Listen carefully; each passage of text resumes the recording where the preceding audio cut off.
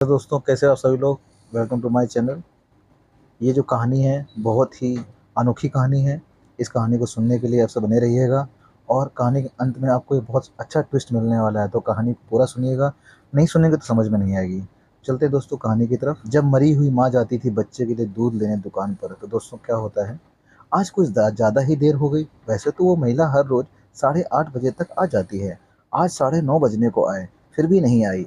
बिना उसके आए दुकान बंद भी तो नहीं कर सकता। उसे वचन जो दिया है, क्या नाम था उसका, इतने दिनों में उसका नाम भी नहीं पूछा मैंने। ये सब बातें रमेश के दिमाग में चल ही रही थी। कुछ दिनों पहले ही तो उसने ये डेयरी शुरू की थी। उसकी ये दुकान ज़्यादा बड़ी नहीं थी, जिसमें वो दूध और बाकी मिल्क प्रोडक्ट्स रखता था। उद्घाटन के दिन ही पहली ग्राहक बन गई एक महिला उसके दुकान पर आई थी। उसकी गोद में एक छोटा सा लेकिन बहुत ही प्यारा बच्चा था। उसने एक दूध की बोतल ली और रमेश से बोली, भैया, अभी मेरे पास सिर्फ 10 रुपए हैं, बाकी के आपको कल दूं तो चलेगा। रमेश ने एक बार उसकी तरफ देखा। गरीब थी बेचारी। गले में मंगलसूत्र नहीं, माथे पर सिंदूर नहीं, शायद पति मर गया होगा बेचारी का। रमेश ने अंदाजा लगाया। पुरानी मैली साड़ी को कई जगह रफू किया हुआ था। माथे से पसीने की बूंदें बह रही थीं। फिर उसकी नज़र उस मासूम बच्चे पर गई, जिसके चेहरे पर एक निष्पाप हंसी थी और अभी अभी आए दो दांत उस हंसी को चार चांद लगा रहे थे।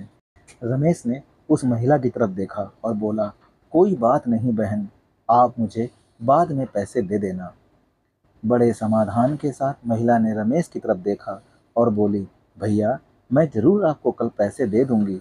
यहीं पास में ही उस दूसरी गली में छोटा सा घर है, वहीं रहती हूँ मैं। रमेश मुस्कुराते हुए बोला, कोई बात नहीं बहन, कल पैसे ना हो तो भी चलेगा।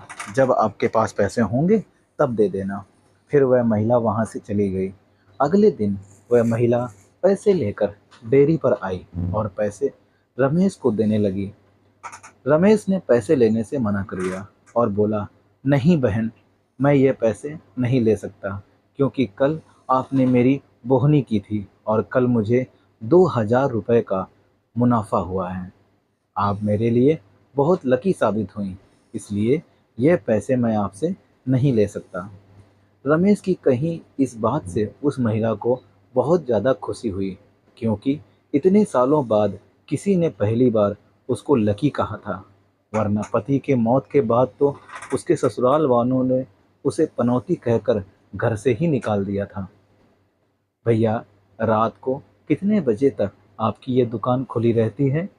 महिला ने उस दुकानदार यानी कि रमेश से पूछा। 8 बजे बंद कर देता हूँ बहन, रमेश ने कहा। रमेश का जवाब सुनकर महिला का चेहरा उदास हो गया। रमेश को यह समझते देर नहीं लगी। उसने पूछा, कोई समस्या है बहन? अपने बच्चे और अपना पेट पालने के लिए मैं 2 घरों में झाड़ू बर्तन का काम करती हूँ। यह सब काम करते करते रात को 8:30 बजे घर लौट पाती हूँ। तब तक यहाँ आसपास की सभी दुकानें बंद हो जाती हैं और लाचारी से मुझे अपने बच्चे को भूखे पेट ही बहला फुसला कर सुलाना पड़ता है। वह बोल नहीं सकता ना, उसी का फायदा उठाती हूँ। कहते हुए उस महिला का गला भर आया। महिला की बातें सुन रमेश को बहुत बुरा लगा। फिर वह बोला, आप चिंता मत कीजिए बहन, बिना आपको दूध की बोतल दिए यह दुकान बंद नहीं होगी। लेकिन मेरी एक शर्त है। अपने आंसू पोंछते हुए महिला ने रमेश की ओर देखा और पूछा, क्या शर्त है? रमेश बोला, आप मुझे दूध के पैसे नहीं देंगी। यह सुन उस महिला की आंखें फिर छलक गईं, लेकिन इस बार आंसू दुख के नहीं, खुशी के थे। उसे ऐसा लग रहा था जैसे इंसान के रूप में भगवान उसकी मदद करने आ गए हों।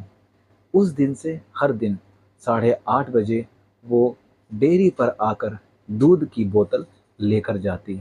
धीरे धीरे दोस्तों 5 महीने बीत गए और धीरे धीरे महिला बीमार होने लगी। ज़्यादा काम और चिंता की वजह से उसका शरीर दिन ब दिन सूखता जा रहा था। ऐसे ही एक दिन रमेश अपने दुकान का सारा काम खत्म कर इस महिला के आने का इंतजार कर रहा था। 9:30 बजे वो महिला आई। आज उसका चेहरा कुछ ज़्यादा ही बेजान नज़र आ रहा था। बीमारी के कारण आंखों के नीचे काले घेरे और ज़्यादा बड़े हुए नज़र आ रहे थे। रमेश ने तुरंत फ्रिज खोलकर दूध की बोतल निकालकर उसको दे दी। फ्रिज बंद करने के लिए रमेश मुड़ते हुए बोला कि बहन, आज कुछ ज़्यादा ही देर कर दी। वो घूमा, तब तक वो महिला दूध की बोतल लेकर जा चुकी थी। उसने सोचा आज ज़्यादा देर हो गई, इसलिए वो जल्दी चली गई होगी। बेचारी का बच्चा रोता होगा भूख से। रमेश ने दुकान बंद की और घर चला गया। अगले दिन ठीक 8 बजे वो महिला दुकान पर आई और आकर बिना कुछ बोले खड़ी हो गई।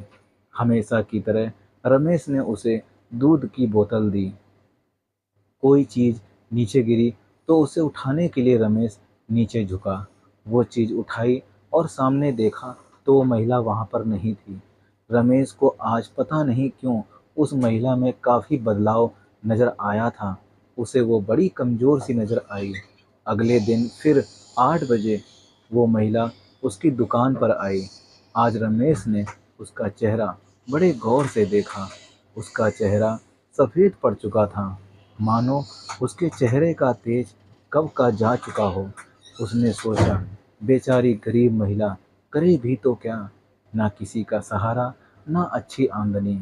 जरूर पैसों की कमी की वजह से बीमार होते हुए भी दवाई नहीं कराई होगी। रमेश जल्दी से अपनी दुकान बंद कर अपने घर गया। घर जाकर उसने ये सारी बात अपनी पत्नी को बताई।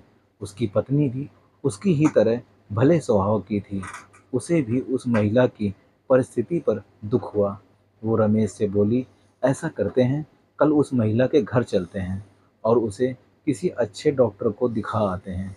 रमेश को अपनी पत्नी की बात सुनकर उस पर बहुत गर्व हुआ, क्योंकि उसके विचार भी उसी की तरह दूसरों के प्रति परोपकार के थे।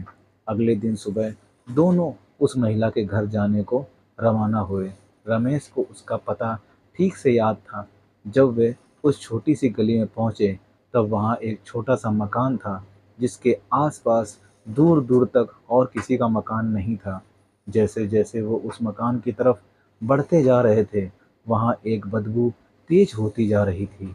दोनों उस मकान तक पहुंचे और दरवाज़ा खटखटाया ही था कि वो खुल गया और वो बदबू असहनीय रूप से शिवरात्रि खिदमत परिवार और वो बदबू असहनीय रूप से बढ़ गई।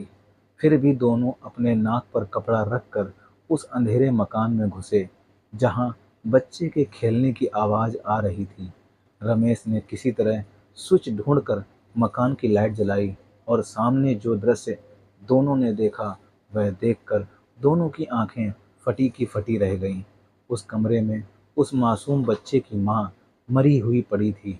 उसे देखकर लग रहा था कि वह 3-4 दिन पहले ही अपना देह त्याग चुकी है, क्योंकि धीरे धीरे उसका शरीर सड़ने लगा था।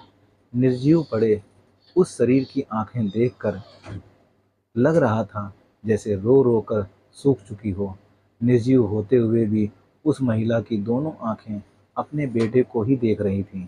उसका बच्चा भी अपनी माँ की आंखों में देखकर खेल रहा था, जैसे उसे लग रहा हो कि माँ उसके साथ खेल रही है और उसका पूरा ध्यान उसी पर है। वहीं पास में ही दूध की 3-4 खाली बोतलें पड़ी हुई थीं। यह दृश्य देखकर रमेश और उसकी बीवी दोनों अचंभित रह गए। दोनों के रोंगटे खड़े हो गए।